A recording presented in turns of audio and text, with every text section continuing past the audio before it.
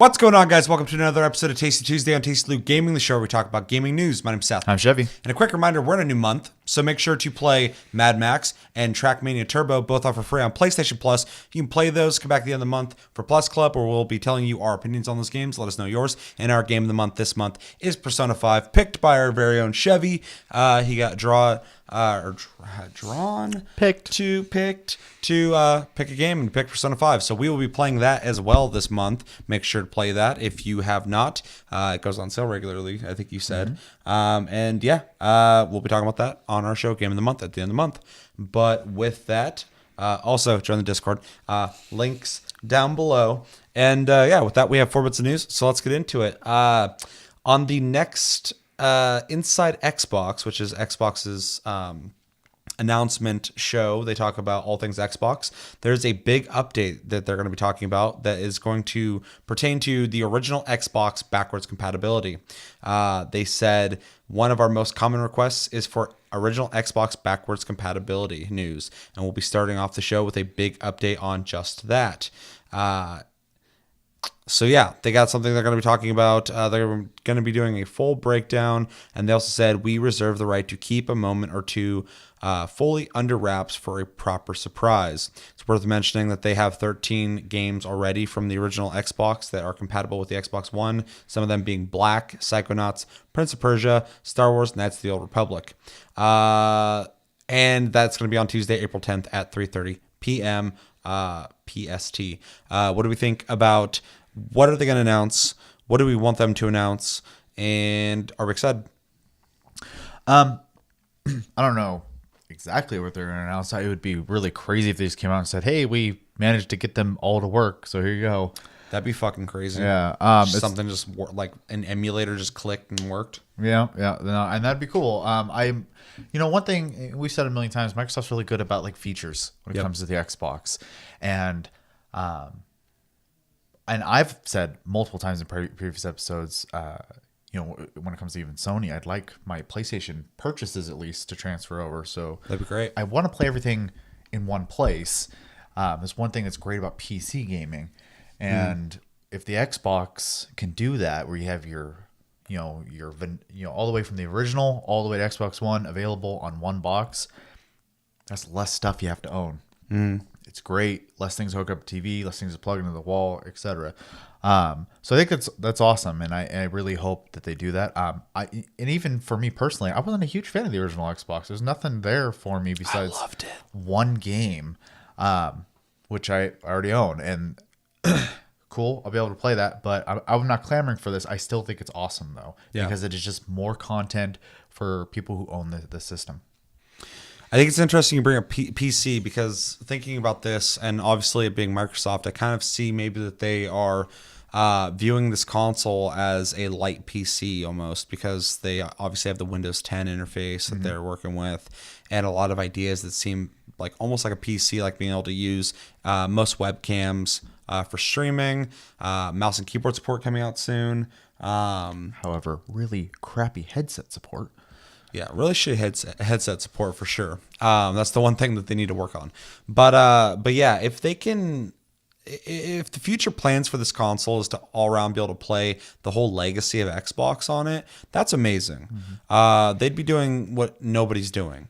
Now I still think they need to work on their exclusives problem, because I mean everybody. I was looking on Twitter at this exact thing earlier, and somebody was like, "It's the big surprise exclusives," and I told them, I was like, "Don't get too excited, man. Fucking, we're talking about original Xbox here," which is awesome. I mean, like, if they were to announce that they're going to start rolling out regularly original Xbox, or they fucking crack the Da Vinci Code and they just have all of them, and that's the big update, that'd be amazing. Yep. I'd be going back right now and buying a bunch of old Xbox games I loved. I would look at my Xbox completely different. I'm like, that is the fucking universal Xbox. It plays everything. I don't have to go back and buy an Xbox to relive those games. That'd be amazing. So I do definitely want this. I hope it is big enough to be exciting, and not just being like, we're making it so you can play Halo. Like, I'd be like, that's cool, but like, it's got to be more than that if it's going to be something super exciting. What else would be exciting as well, though, is if even if it was a handful of games, if they said that they were activating Xbox Live servers for those old games, though. That'd be amazing. That would be cool. Yeah, somebody said also on Twitter, they were like, what about the original Xbox Live server? So I assume they're talking about that, which would be awesome because it almost be like having a time capsule as a console. I hope that's the case. They've already been doing amazing with their 360 lineup. I don't even know where they're at now. I stopped paying attention because it was like every other week they're rolling out more games, which is really fucking cool. I mean, aside from a couple problems and exclusives, Xbox is seriously like a great console, and they keep making it better. I really like. I don't know if like you took away from like the backwards compatibility work, like maybe we'd get some like fucking games, but I don't know. It's hard for me to demand one thing while they're doing awesome on the other things. I feel like the priority should still be a reason for me to want. I mean, we should have covered it, but Sea of Thieves is their top selling fucking new IP for Xbox. I mean, Sea of Thieves is great, but I mean that's more of a just a new IP. Fucking was exciting for people. So I don't know. I'm not mixed on it at all. I think it's awesome. I just wish their priorities would shift a little bit in certain ways. But when it comes to this, I hope it is it's supposed to be a big announcement for original Xbox games. I mean, like roll out a bunch of them at once or all of them. Doesn't matter. Like I said on Twitter, the people were like posting pictures of all their favorite original Xbox games. And I was like, fuck, dude, Time Splitters, being able to play that again, that'd be fucking dope. There's a game called Urban Chaos. I mean, Josh are huge fans of it. Made by Rocksteady, the guys who made the Batman games way back in the day.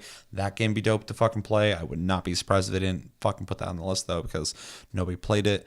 The Halo games, even though they have the collection, it'd be cool to play the originals again. I just reserved my fucking Duke controller. If you guys don't remember the original Xbox controller, the big fat fucking thing has a screen on it now. They're gonna be selling those again. I'm getting that. So I mean, I'd be ready for original Xbox gameplay. I'm excited for it. I'm stoked. For sure. Anything else you want to say on it? No. All right. Let us know in the comments. What do you think the announcement's going to be? What are you hoping it's going to be? Are you excited for anything coming out for Xbox? And what do you think about the Duke controller? Did you use it? Did you hate it? Did you like it? I'm like one of the weird people out there who actually really liked that controller. I did too, actually. Yeah. So let us know. Second bit news. So Middle-earth Shadow of War has decided to drop all of its its big microtransactions. They basically said that people had, or they were responding to concerns that people raised before the game was released. They're finally getting rid of gold and war chests. The quote here is that it reduces the immersions in the world and takes away from the challenge of building your personal army and fortress. The core premise of the Nemesis system is the ability to build relationships with your personal allies and enemies in a dynamic open world. While purchasing orcs in the market is more immediate and provides additional player options, we've come to realize providing this choice risked undermining the heart of our game, the Nemesis system. It allows you to miss out on the awesome player stories you would have otherwise created, and it compromises those same stories even if you don't buy anything. So, I mean, obviously this is in light of, after EA's thing, all these companies are doing this. Now we're seeing Monolith step into this. How do we feel about this? I do think it's definitely a product of the time right now. I think microtransactions are being scrutinized more, which they should be.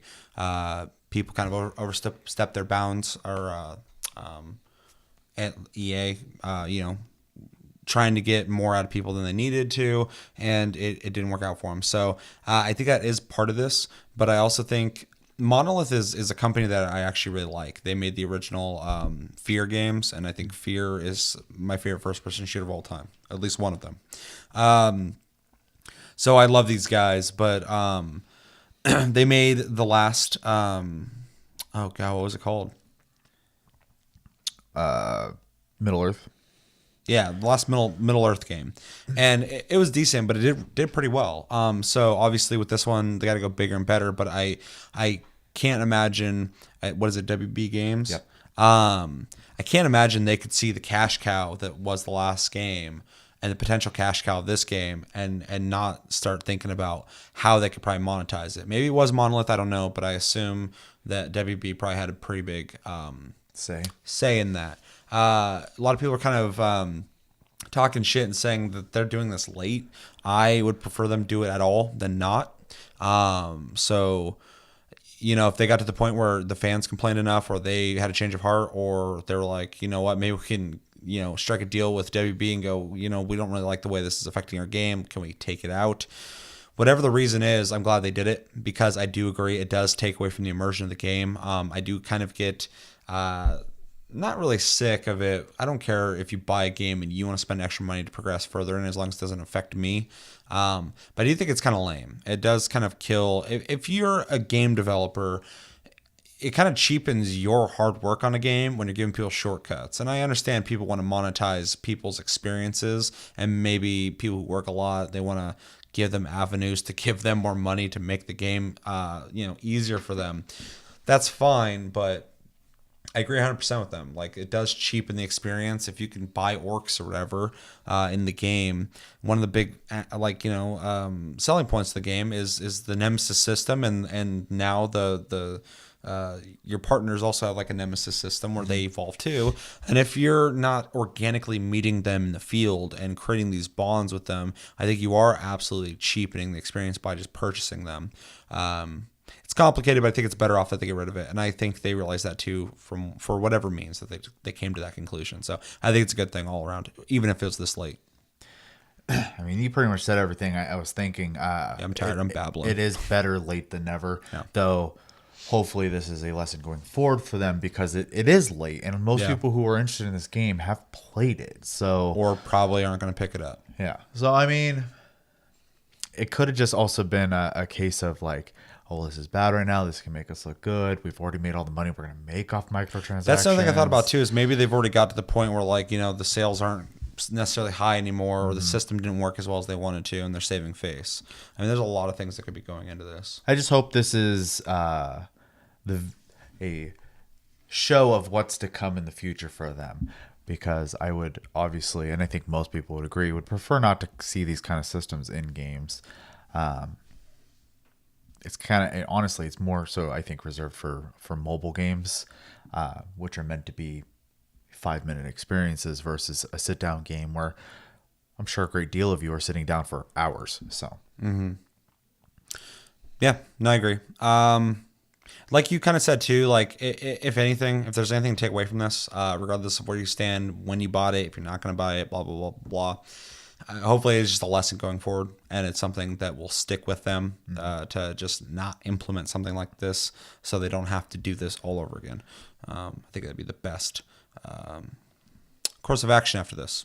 Anything else you want to say on that? No, that's everything. Let us know in the comments. What do you think about them taking those systems out of the game? Do you think they should? Do you think they're fine as they were? What do you think about them doing it this late, and why do you think they did it? Let us know in the comments. Third bit of news, Kotaku recently talked with Jeff Kaplan, the game director for Overwatch, and they essentially asked them, or him, his interest in battle royale modes in Overwatch. Kaplan is a fan of PUBG and has put hundreds of hours into the game. And he said, a lot of times when I hear some of our fans pitch it, they're like, oh, just put a card in the arcade one day that's a battle royale mode. And I'm like, fuck, that would be awesome. But there's a lot of design and tech work to get us to that place and not just feel like a Me Too game. He said Overwatch is first and foremost a game about heroes. He also said part of what makes the core loop work in the Battle Royale game is the search and looting and the fairness that everybody's sort of equal. Overwatch wasn't designed to be a 1v1. Every hero is not balanced against every other hero. They also say in the article that their stance on this is similar to Rockstar's when it comes to Battle Royale games, saying that they would like to be blazing their own trail and not really following trends of other people, which I think has been kind of the trademark of Rockstar and Blizzard, not really following people a whole lot. What do we think about essentially Blizzard acknowledging that it'd be cool to have a battle royale mode in Overwatch? Obviously, the technical problems aside, would you want that? And how do you think they could do it? I mean, I don't want that, no.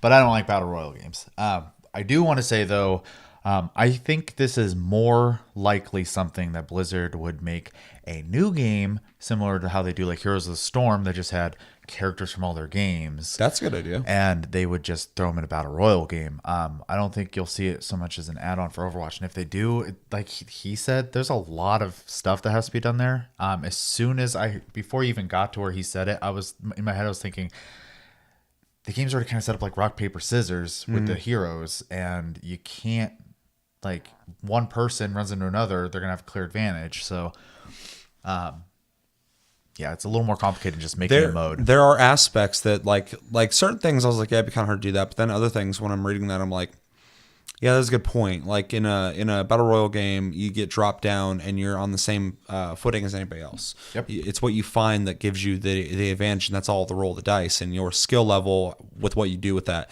Overwatch doesn't really have weapons you're going to be able to pick up from individual people. I mean, like, it'd be very hard to even code. Even if you're using the same weapons that are in the game and you place them all over the place, you'd have to code the models to not have those weapons in their hands and be able to pick up and hold each weapon. And that's a shitload of fucking deconstructing what they've already built. So I'm with you. Like, they would either have to make a hero shooter battle royal game, which the balance would be fucked, or make a new game. And I think I didn't even think of that. If they were to do that exact thing, just take the characters from all the other games and throw them in a battle royale game, that'd be kind of neat. I know there's a fantasy-based battle royale game. I forgot what it's called. We watched a video a long time ago. But so it might be out. I'm not sure. Let us know in the comments if you know what that is. But that one kind of reminded me of like a hero-based battle royale game. But I wasn't all too interested in when I saw it. And I do like battle royale games. But yeah, I think the technical aspect is the most challenging part of it. And I do kind of commend him on going, I love these games. Overwatch probably is not going to work with that. Well, the dude makes games. So, I mean, he actually knows the behind the scenes stuff. As for a lot of people who played games, I'm not saying that everyone doesn't know how games are made, but a lot of people are just people playing video games. Yeah. They just go, oh, this is cool. I want this in the game I love, which is, completely understandable. I get that.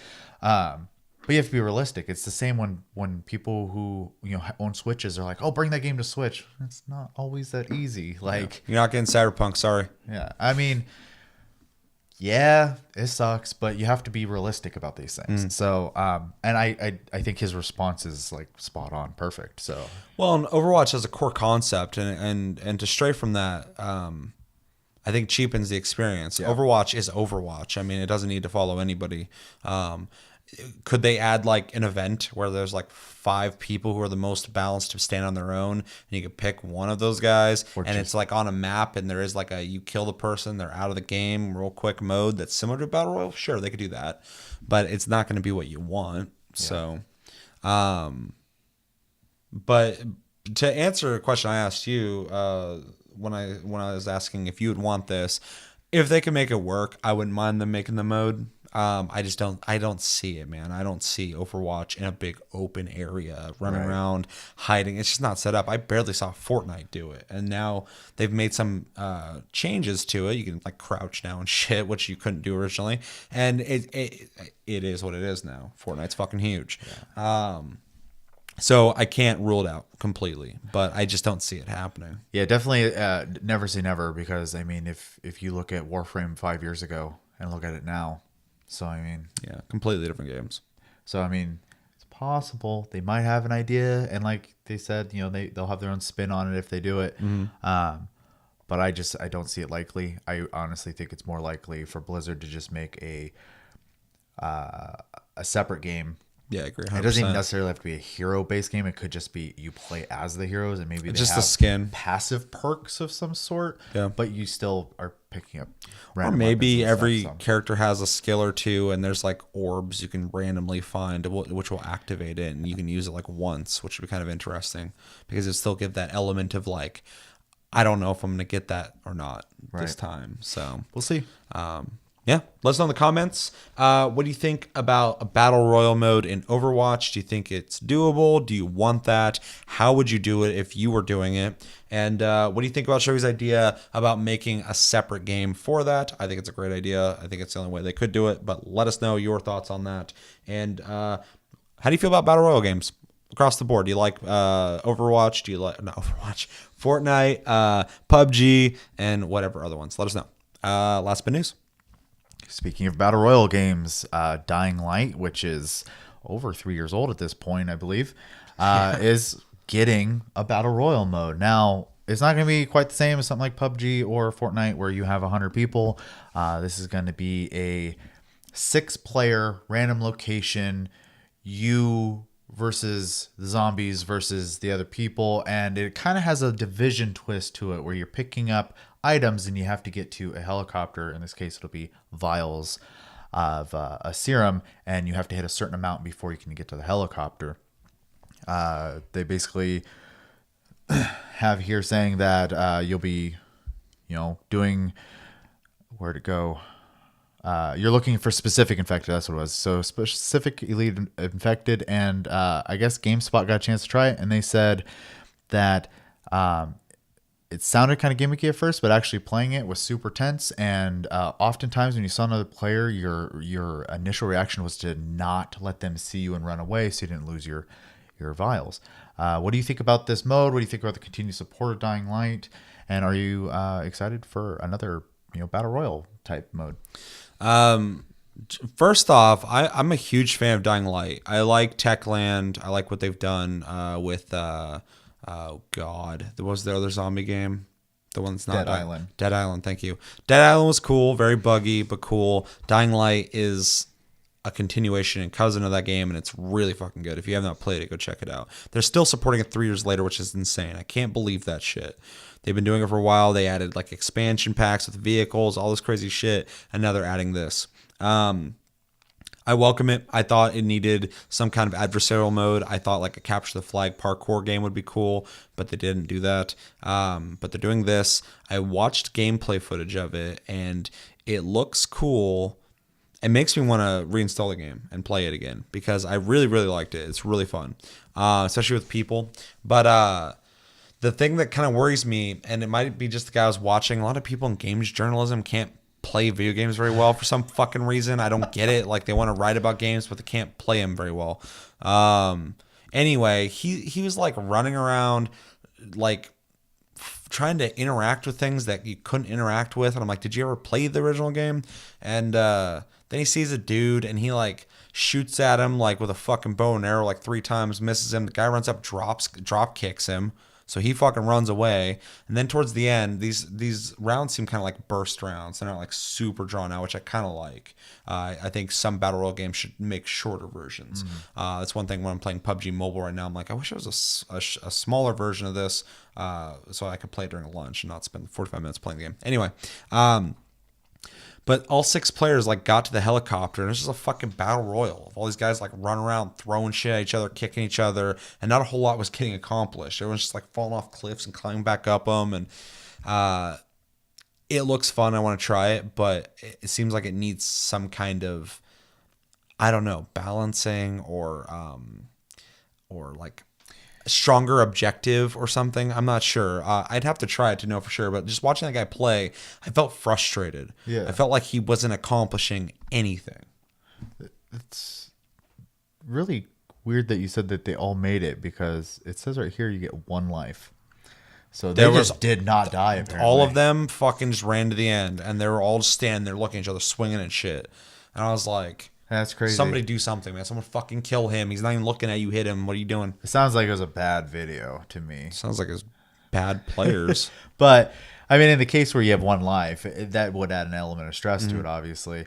And I think it would be right up your alley if I had to guess. Well, and the combat system in that game is awesome. So being able to fight other people would be really cool. Like I said, that guy like runs and drop kicks the other dude and shit. It's pretty cool. I don't know. I think and I've never played this, so it's hard for me to talk about this in too much detail. But I think with the way it plays and the idea they have, because it does sound kind of like a mix between like the Dark Zone in the Division and definitely and battleground style games. Kind of like what we were talking about in the last story, they kind of like went their own direction with what's popular right now, and I think it could be a huge hit. as long as it plays well. If you have stuff like that happening, that's gonna get annoying really fast. But I think with it, I think there was something up there because there's no way like all 6 of them were just fine and then just duking it out at the helicopter. That seems weird to me. So I think they all were playing the game for the first time. I don't think they played the game before, and I think they were at whatever the fuck this event was, trying it out, and they all were just like, just like doing things, doing parkour and shit, figuring out the game. And then they all got to the end together, and it's like, and they started throwing bricks and shit. One thing I thought about though, I keep saying when it comes to these battle royale games that since we're in the infancy, if you're gonna do it, you gotta do something that differentiates you. This game differentiates itself from other ones. It has parkour systems. It has an advanced melee combat system and gun combat system. The game already built itself around scavenging for things. So that kind of excites me because when I think about playing most battle royale games, it's more like sneak, sneak, sneak. Identify targets, shoot them or avoid them, and then keep moving. This one, you're gonna be like jumping across rooftops, into windows, like fucking swinging across shit, while trying not to get killed by zombies, throwing weapons at people, dodging zombies and shit. Like it sounds a lot more hectic and action packed, which will be really fun to try because I do like battle royale games. So I like the format and yeah, this will be cool. We are gonna see so many not only battle royale games being made, but modes coming out for games. Mm-hmm. It's rumored the next Call of Duty is gonna have a battle royale mode, which I'm not opposed to. Like fucking, I like playing Call of Duty. They're fun games. So like, getting a first person like tight ass controlled Call of Duty game with battle royale like modes would be cool, as long as it's not the main focus. If they take for the rest of the shit out, I don't want to play it. Well, and it's just another example too of developers doing long-term supportive games in recent years, which I am loving because if there's a game you love, they're still making stuff for it. Yeah, it's fucking insane. It's weird how we watch these waves of and patterns of development, because for a while, like a long time ago, it was like the expansion pack and then the DLC. We're gonna give you like horse armor for $5-10, and then eventually it was like bigger chunks of content. Now you got like shit like Far Cry 5 is gonna be releasing like full on mini fucking story games and shit, and now like people are like supporting their games 3-4 fucking years into it.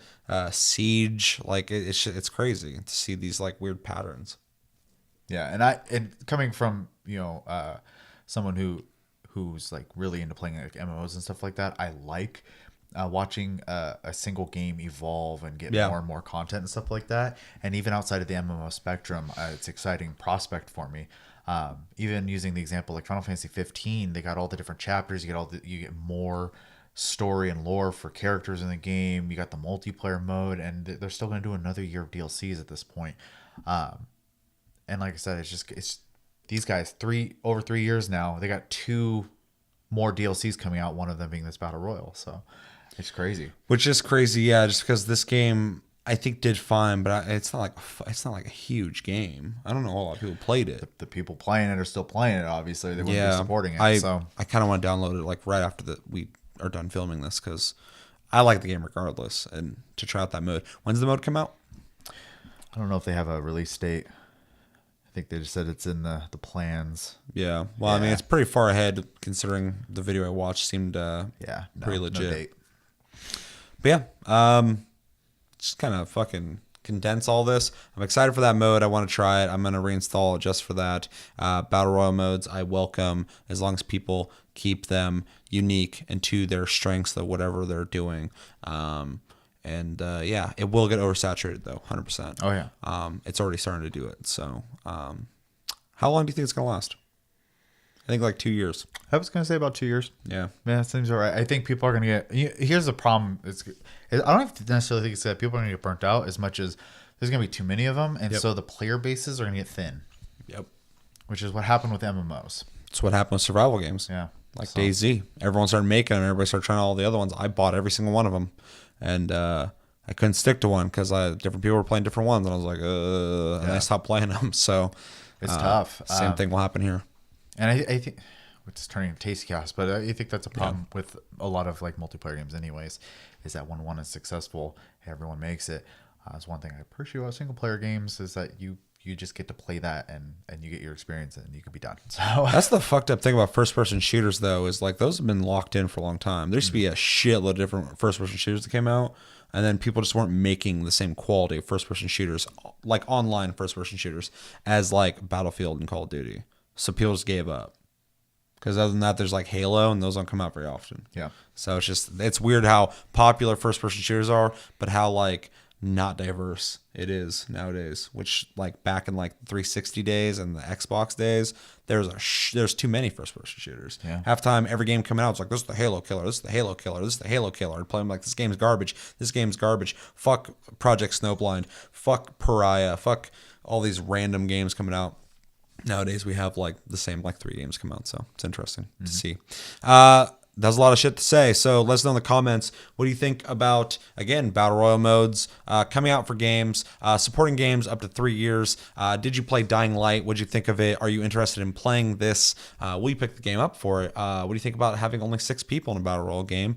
And let us know your general thoughts on anything we discussed. But that's going to do it for this episode of Tasty Tuesday on Tasty Loot Gaming. As always, thank you for watching. Make sure to like and subscribe if you enjoyed this episode. Make sure to check out our other episodes. Check us out on Tumblr, Twitter, and Facebook at Tasty Loot Gaming. Check out the streams on Twitch at Tasty Senpai, all one word. Make sure to hit the notification button to make sure you know when I go live. And yeah, my name's Seth. I'm Chevy. Until the next episode, which will be TastyCast later this week. And I have a review I'm working on right now. I don't know if it'll come out this week or next week, but it's going to come out soon.